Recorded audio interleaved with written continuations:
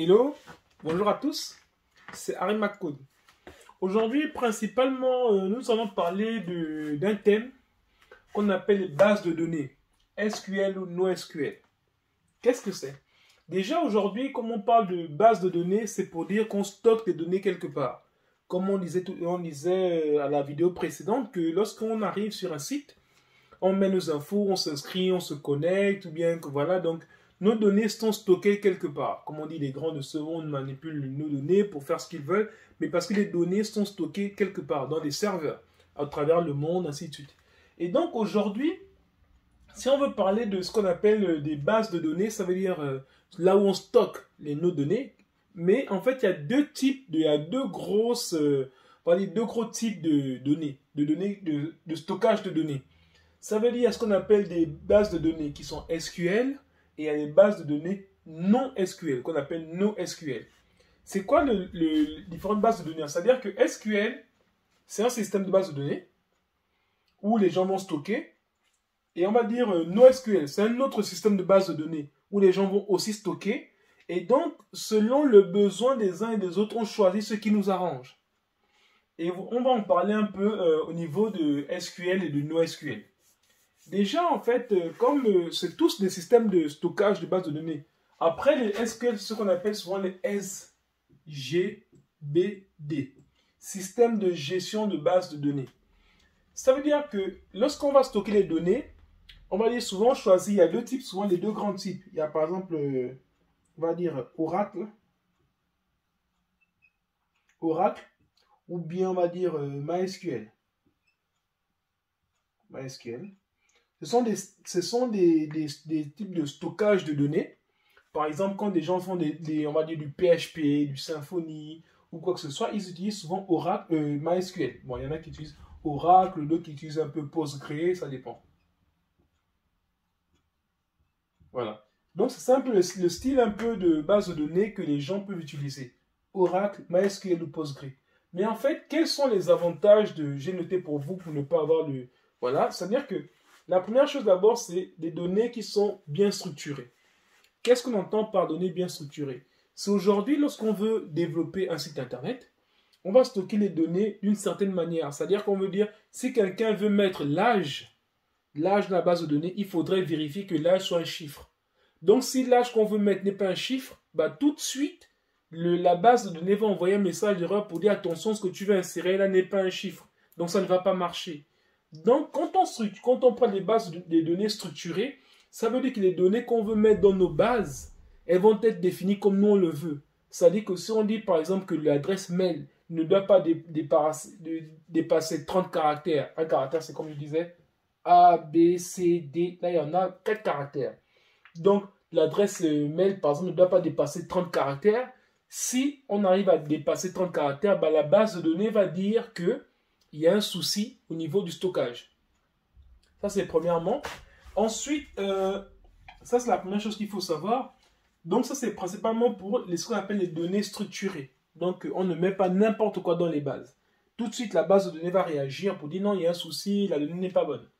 Deuxièmement, c'est l'intégrité des données. Ça veut dire que les données seront là, elles seront respectées, elles ne vont pas être changées, elles ne vont pas être modifiées, sauf si nous, on le veut, mais elles vont garder la même structure qu'on avait dit au départ. Si par exemple, c'est un type de chaîne caractère, ça veut dire c'est comme ça. Si c'est un type de nombre à virgule, ce sera comme ça. Si c'est un type de, on va dire, de texte, c'est-à-dire ça peut aller jusqu'à 200, 2000, 5000 caractères, ainsi de suite. Donc, ça va rester comme on l'a défini.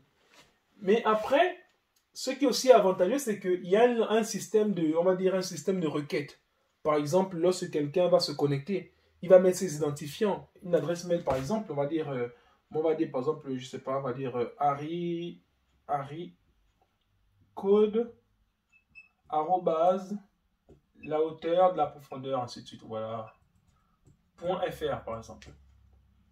Si on met ça, harry.code par exemple, arrobase la hauteur de la profondeur, ça c'est, on va dire, mon adresse mail.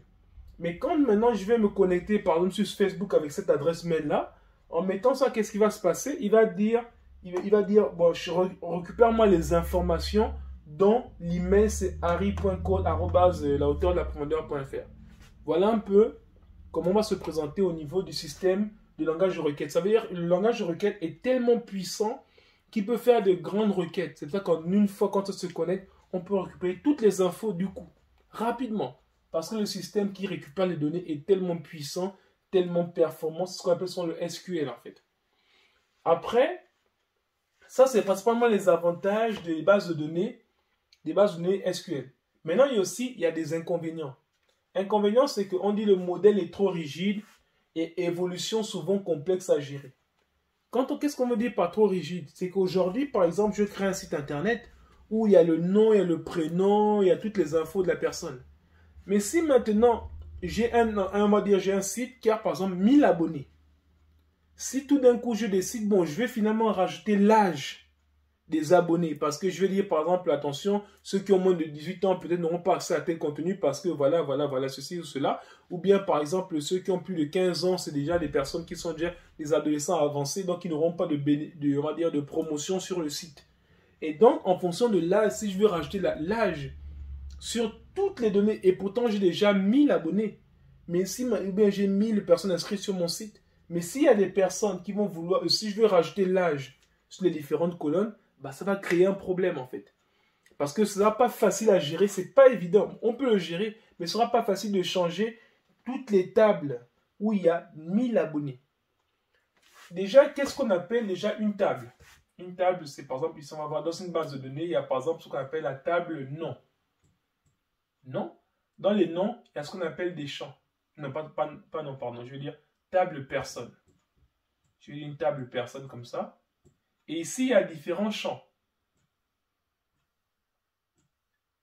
Et comme il y a différents champs ici, ce qui va se passer, c'est que il y a par exemple le champ nom, le champ prénom, le champ par exemple email, le champ on va dire bon info, je ne sais pas trop quoi. Mais par exemple, quand on va rajouter âge, c'est ici en fait. Quand on rajoute âge, c'est là.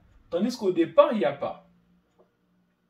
Mais comme si on a 1000 inscrits, donc il y aura 1000 personnes qui seront inscrites qui auront mis leurs infos, tout ça. Mais si on veut rajouter l'âge qui n'existait pas avant, on va rajouter une nouvelle colonne ici. Tandis que la nouvelle colonne sera vide parce que ici, il n'y a pas d'infos là. Et donc là, maintenant, ce sera plus compliqué à gérer. D'où, en fait, c'est souvent facile, c'est souvent fastidieux quand on a beaucoup de données et qu'on veut modifier en fait la manière que les données sont gérées.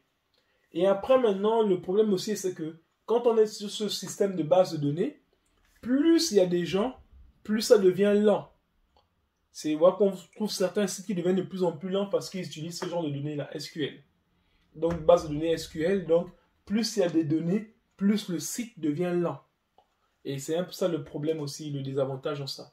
Ça, c'est principalement pour les bases de données SQL. Après, il y a les bases de données NoSQL. NoSQL, qu'est-ce que c'est? Quand je parle en fait, ce n'est pas vraiment pour ceux qui démarrent forcément de zéro, mais c'est pour comprendre un peu l'idée. NoSQL, il y a les avantages aussi et les inconvénients. Par contre, par rapport à on va dire modèle SQL, le modèle NoSQL, qu'est-ce qu'il fait? En fait, lui, on va dire, c'est un modèle de données souple. Qu'est-ce que ça veut dire modèle de données souple? Ça veut dire que lorsqu'on veut, par exemple, rajouter, on va dire, des données, comme je disais, on veut rajouter l'âge. C'est plus simple à gérer. Parce que lui, par exemple, il a des tables définies comme ça. On a nom, prénom, email, info, âge, par exemple. Mais par contre, au niveau des bases de données NoSQL, on n'a pas ce système. C'est-à-dire que quelqu'un vient, il met ses infos comme il veut, on les stocke. Et donc, voilà pourquoi ici, on parle de champ et de table. Ici, dans les bases NoSQL, on parle de documents. C'est-à-dire que c'est comme s'il y avait une page, on met toutes les infos, on donne. Donc, dans la page, on met ce qu'on veut, on reçoit. Et il va tout prendre, il va garder. Ça, c'est la première chose. C'est-à-dire qu'on est libre de mettre le nombre de données qu'on veut stocker, on les stocke comme on veut. Voilà pourquoi la plupart des sites aujourd'hui, des grands groupes, utilisent ça, des NoSQL. Parce que, deuxième aussi, la vitesse d'exécution par rapport à celui-là, plus il y a des données, plus ça devient lent. Lui, ce n'est pas le cas. Plus il y a des données, il reste pareil. Donc, voilà pourquoi, déjà, lui, il est très performant. Mais après, maintenant, l'inconvénient, c'est que, quand on disait ici, par exemple, je vais prendre un exemple dans les bases de SQL, c'est que on disait que les champs, si par exemple, on doit mettre un nombre dans la base de données, bah, si ce n'est pas un nombre, la base de données va réagir. Tandis que lui, ce n'est pas le cas. si tu mets ce que tu veux. Tu es libre si tu n'as pas bien géré, si tu veux mettre un nombre, si au lieu de mettre un nombre, on veut mettre on va dire des mots, ça va marcher. Et pourtant, normalement, c'est censé ne pas marcher ici. Mais ça a marché là parce que là, on est un peu plus libre. Donc, il faudrait que lorsqu'on code dans le site, il faudrait vérifier ça nous-mêmes. Ce n'est pas la base qui va faire. Ici, la base elle-même réagit. Tandis qu'ici, c'est nous qui devons réagir. Et par contre aussi, comme on disait, par exemple sur Facebook, pour récupérer les données, c'est plus simple à récupérer les données ici. Et là-bas, c'est plus compliqué à récupérer des données.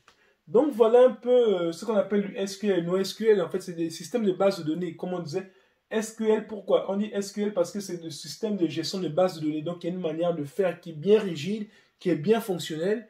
Lui, par contre, on est un peu plus libre. On fait un peu ce qu'on veut. Mais par contre, en faisant un peu ce qu'on veut, il y a des choses qu'il ne peut pas gérer aussi. Parce qu'on fait un peu ce qu'on veut.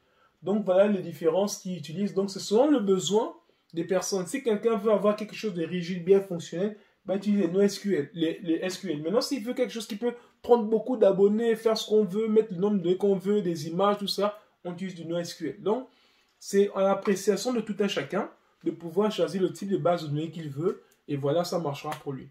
Donc voilà, j'espère un peu que vous avez compris. Mais ça, c'est plus en fait pour les parties des personnes qui veulent développer. Ça, c'est vraiment, on avance un peu, pas pour ceux qui viennent forcément de zéro, mais il y en a qui peuvent comprendre. Mais quand on va commencer à coder, on va vraiment voir de zéro. Mais c'est juste pour mettre les idées en place et entendre déjà un champ lexical, des mots qu'on peut entendre déjà pour se dire que, ah oui, il en avait déjà parlé. Donc voilà un peu, on arrive au terme de cette vidéo. J'espère que ça s'est bien passé pour vous. Et si vous avez des questions, n'hésitez pas. Merci.